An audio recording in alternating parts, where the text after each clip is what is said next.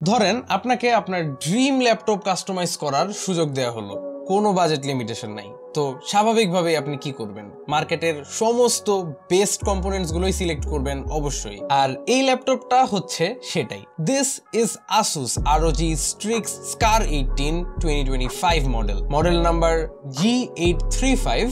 যে কোনো high demand ইউজারের কাছে এটা একটা ড্রিমের চেয়ে কম না, কারণ এটাই বাংলাদেশের প্রথম RTX 50 সিরিজ GPU দিয়ে কোনো একটা ল্যাপটপ। টু বি স্পেসিফিক, আমার ইউনিটটায় থাকছে 16GB VRAM যুক্ত RTX 5080, তবে এটার একটা 5090 যুক্ত ভেরিয়েন্টও বাংলাদেশে অফিসিয়ালি অ্যাভেলেবেল আছে। 24 কোরের একটা প্রসেসর পাচ্ছেন এখানে, AKA the most powerful Intel core ultra 9 275HX, 32GB DDR5 RAM, তাও আবার 5600 MHz, 1TB Gen 4 NVMe, সাথে পাচ্ছেন ম্যাসিভ একটা 18 ইঞ্চের ডিসপ্লে। সাইজে বড় হওয়ার পাশাপাশি 240 Hz এর রিফ্রেশ রেটও ক্যারি করছে এটা, অ্যাগ্রেসিভ লুকস, Wi-Fi 7, এমনকি একটা ডেডিকেটেড NPU পেয়ে যাচ্ছেন এখানে, যার processing capabilities up to 13 trillion operations per second.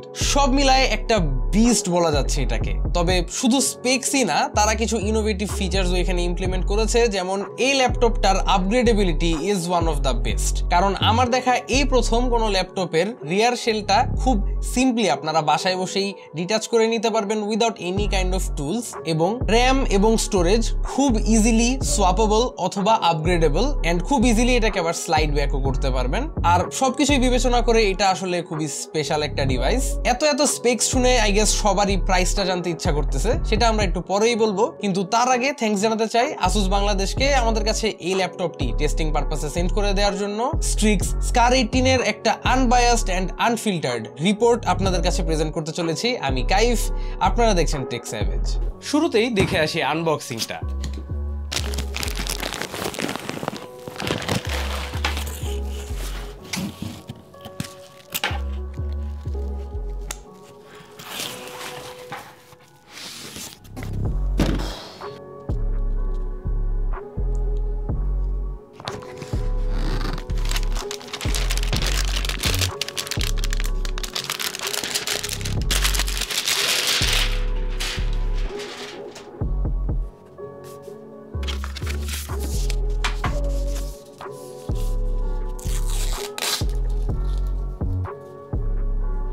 এই ছিল আনবক্সিং।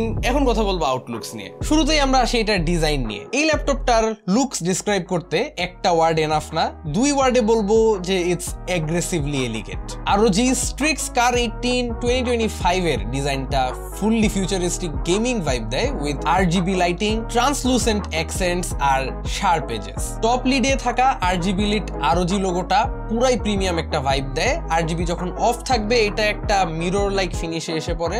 ফুল বডিতে ইউজ করা হয়েছে অ্যালুমিনিয়াম অ্যালয়, যা সাইমালটেনিয়াসলি ডিউরেবল এন্ড স্টাইলিশ। ল্যাপটপটার সবচেয়ে আই ক্যাচিং পার্টটা হচ্ছে এটার টপ লিডের এই LED অ্যারেটা, যেটাকে তারা নাম দিয়েছে অ্যানিমে ভিশন। এখানে টোটাল 9152টা প্রিসিশন মিল্ড হোলস কিংবা ছিদ্র আছে, যার ভেতর থেকে টোটাল 810টা ইন্ডিভিজুয়াল LED লাইটস গ্লো করে টু প্রডিউস ডিফারেন্ট ডিজাইনস। আপনার পছন্দ মতো যে কোনো ধরনের টেক্সট কিংবা গিফট আপনারা এটার মধ্যে ইম্পোর্ট করে এখানে সেট করতে পারবেন। Customisation is endless. সব মিলায়ে ইটস আ হেড টার্নার। আশেপাশের যে কোনো মানুষই এটার দিকে একবার হলেও ফিরে তাকাইতে বাধ্য।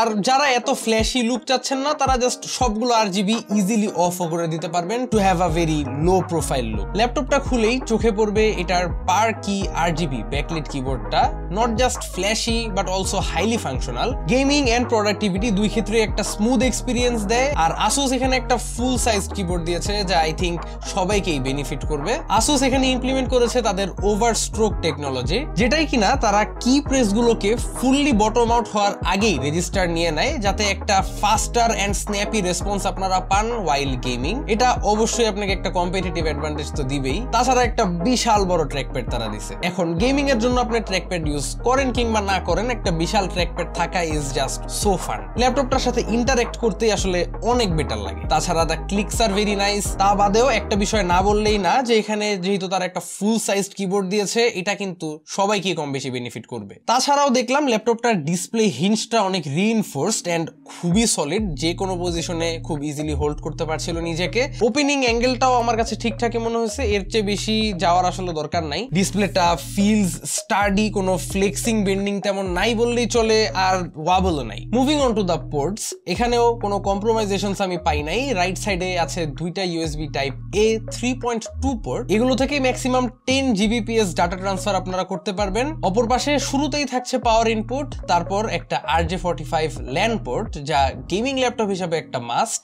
থাকছে একটা ফুল size HDMI 2.1 that supports up to 4K 120Hz external display, আরো একটা ইউএসবি টাইপ A 3.2। শেষের দিকে থাকছে দুইটা USB type C Thunderbolt 5 port. এগুলো থেকে আপনারা পাবেন এক্সট্রিমলি হাই স্পিডে data transfer up to 120 Gbps এবং ডিসপ্লে আউটপুট সাপোর্ট আপনারা এখান থেকে পাবেন। সো এই ল্যাপটপটা থেকে টোটাল 3টা এক্সটার্নাল ডিসপ্লে আপনারা আউটপুট দিতে পারবেন। Finally 3.5mm audio combo Jack. Moving forward, ল্যাপটপের স্পিকারস আমরা আসলে অলওয়েজই জানি যে খুব এভারেজ টাইপেরই হয়ে থাকে, বাট আসুস ক্লেম করতেছে এই ল্যাপটপটার ক্ষেত্রে তারা স্টুডিও গ্রেড অডিও আউটপুট দিতে পারতেছে just out of the speakers. চলেন দেখে নিই একটা স্পিকার টেস্ট।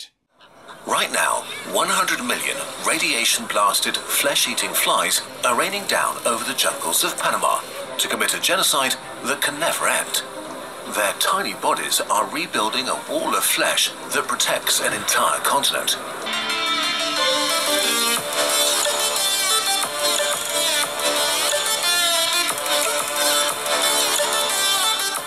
তবে টেস্ট করে আমার কাছে মনে হয়েছে this speakers are definitely good, কোনোভাবে এটা ডিনাই করা যাবে না, বাট ইটস নট সামথিং যেটাকে আমি স্টুডিও গ্রেড বা এনিথিং স্পেশাল বলবো। It's just good.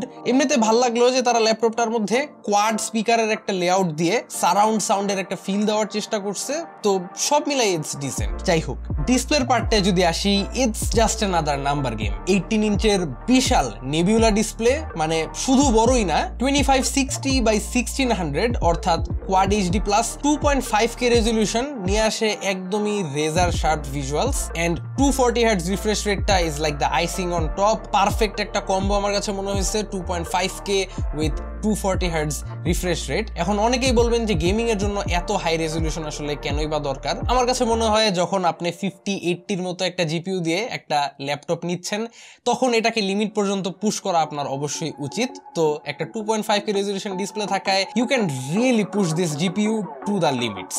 আমরা টেস্টিং একটু পরেই করে দেখব, তার আগে ডিসপ্লের কালার্স নিয়ে শেষ করি। এখানে আছে 100% DCI P3 colour accuracy. So not only gamers, যারা ভিডিও এডিটরসরা আছেন বা কালার সেন্সিটিভ কাজ যারা করেন, তাদের জন্য কিন্তু একদমই পুরো ব্যাকআপটাই দিবে এই ডিসপ্লেটা। G-Sync সাপোর্ট এবং ডলবি ভিশনের সাপোর্টও আছে। আমরা এই ডিসপ্লেটায় গোস্টিং টেস্ট করে দেখেছি, ফুটেজ আপনাদেরকে স্লো মো করে দেখাই, বুঝতেই পারবেন একদমই জিরো গোস্টিং দেয় এই প্যানেলটা। তাছাড়া কোয়াইট থিন বেজেলস এখানে আমরা দেখতে পাচ্ছি, যা ভিউইং এক্সপিরিয়েন্সকে আরো অনেকটাই বেটার করে। এখন আসি স্পেক্সে, যা আমি ভিডিও শুরুতেই বলতেছিলাম, এই ল্যাপটপটা আসে মার্কেটের একদম বেস্ট স্পেক্স গুলো নিয়ে। কোর আলট্রা 9 275HX, যেটা 24 কোর এন্ড 24 থ্রেডের একটা processor, max clock speed up to 5.4 GHz, একদম লেজিট ওয়ার্কস্টেশন গ্রেড পাওয়ার আপনাকে এটা দিবে। আর ডেডিকেটেড একটা NPU থাকছে, সো যত সব AI রিলেটেড ওয়ার্কলোডস আছে সেটা NPU টাই ডিল করে নিবে। আর বাংলাদেশে এই প্রথম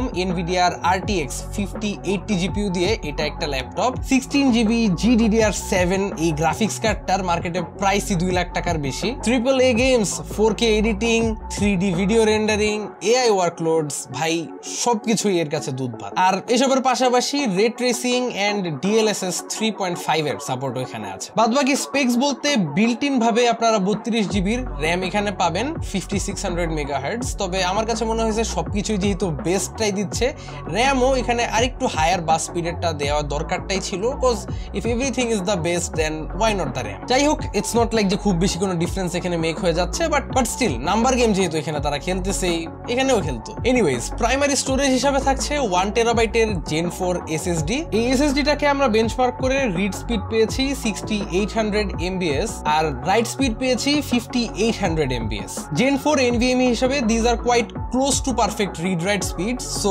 এখানে স্পিড নিয়ে আসলে কমপ্লেন করা একদমই যায় না। তাছাড়া ওয়াইফাই 7 এন্ড ব্লুটুথ 5.4 এর মতো ইসেনশিয়াল ফিচার্স গুলো তো থাকছেই। Benchmarking scores and real life gaming test গুলোর জন্য আপনারা সবাই দীর্ঘ অপেক্ষায় বসে আছেন আমি জানি, সো আর দেরি না করে আমরা ডিরেক্টলি চলে যাব বেঞ্চমার্কিং এ। সিনেবেঞ্চ R23 তে আমরা সিপিইউটাকে বেঞ্চ করে মাল্টি কোরে স্কোর পেয়েছি অলমোস্ট 31,000 আর সিঙ্গেল করে স্কোর পেয়েছি জাস্ট ওভার 2,000। তারপর গিগবেঞ্চ 6 এ আবারও সিপিইউটাকে বেঞ্চ করে সিঙ্গেল করে আসছে 2741 আর মাল্টি কোরে স্কোর আসছে 14,500 বেশি। তারপরে গিগবেঞ্চ 6 এ আমরা জিপিইউটাকে আবারও বেঞ্চ করে স্কোর পেয়েছি ক্লোজ টু 2 লাখ। যারা বেঞ্চমার্ক স্কোরস নিয়ে জানেন, this is just a crazy number when it comes to a laptop GPU. আর এরকম ইনসেন স্কোরস আসলে শুধুমাত্র 50 সিরিজের জিপিইউ গুলো দিয়ে সম্ভব। আমরা ব্লেন্ডার বেঞ্চমার্ক ভার্সন 4.4 এও এটাকে টেস্ট করেছি এন্ড আর টেস্ট রিজাল্টস গুলো আপনারা অন স্ক্রিন দেখতে পাচ্ছেন। যাই হোক, এখন আসেন আমরা কিছু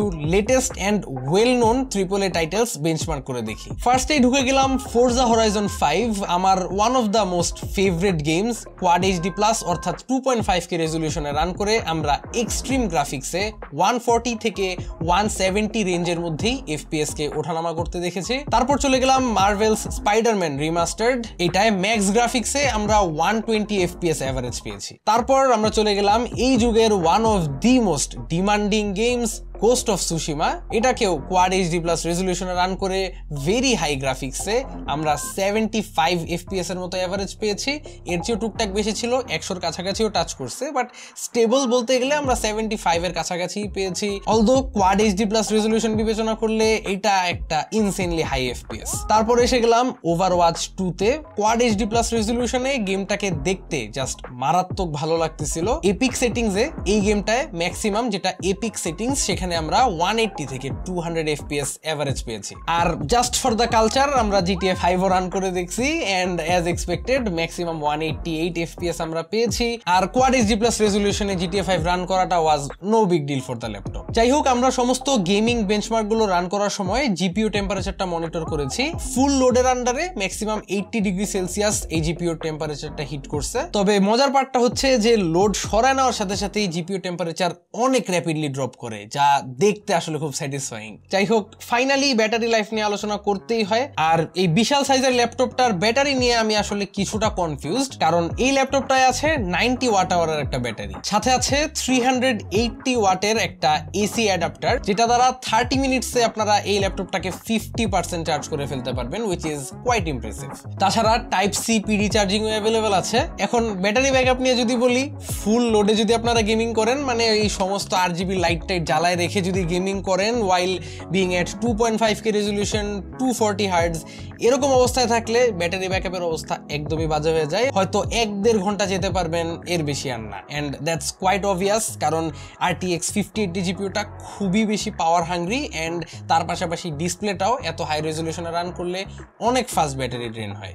তবে দ্যাটস নট দ্য ইস্যু। এই ধরনের গেমিং ল্যাপটপগুলোকে ইউজ করার নিয়মই হচ্ছে যে ওয়াল আউটলেটের সাথে প্লাগড আপনার রাখতেই হবে, মাস্ট। তবে কনফিউজিং কেন বললাম, এত বড় একটা ল্যাপটপে তারা 90 ওয়াট আওয়ারের ব্যাটারি না দিয়ে 99 ওয়াট আওয়ার পর্যন্ত পুশ করতে পারতো, সেক্ষেত্রে হয়তো ব্যাটারি ব্যাকআপটা আরেকটু বেটার পাওয়া যেত। কারণ আমার টেস্টিং এ এই ল্যাপটপটা একটা দিক থেকে স্ট্রাগল করে and that's the battery backup. যদি 60 হার্টজের ল্যাপটপটাকে রান করা হয় বাট 2.5K রেজলিউশনে, স্টিল অনেক তাড়াতাড়ি ব্যাটারি ড্রেন করে, কারণ এটা খুবই ডিমান্ডিং একটা ল্যাপটপ। সো ব্যাটারিটাও আরেকটু বিগার দেওয়ার চান্স ছিল, সো দিলেই হয়তো ভালো হতো। যাই হোক, এটাকে একটা আসলে নিটপিক হিসাবে ধরতে পারেন, যেহেতু এত দামি একটা ল্যাপটপ আমরা ডিমান্ড করতেই পারি। এনিওয়েজ, ফাইনালি যদি আমি বলতে চাই, এই ল্যাপটপটা নিঃসন্দেহে একটা monster. And while me recording this video, আমার মনে হয় না এই মুহূর্তে এর চেয়ে পাওয়ারফুল কোনো গেমিং ল্যাপটপ বাংলাদেশে এক্সিস্ট করে, অ্যাপার্ট ফ্রম এটার বড় ভাই যেটার মধ্যে 5090 আছে। So undoubtedly this is the best, but সেটার প্রাইস ট্যাগটাও মোটামুটি চড়া। এই ল্যাপটপটার 5080 এবং 5090 ভ্যারিয়েন্ট গুলোর প্রাইসেস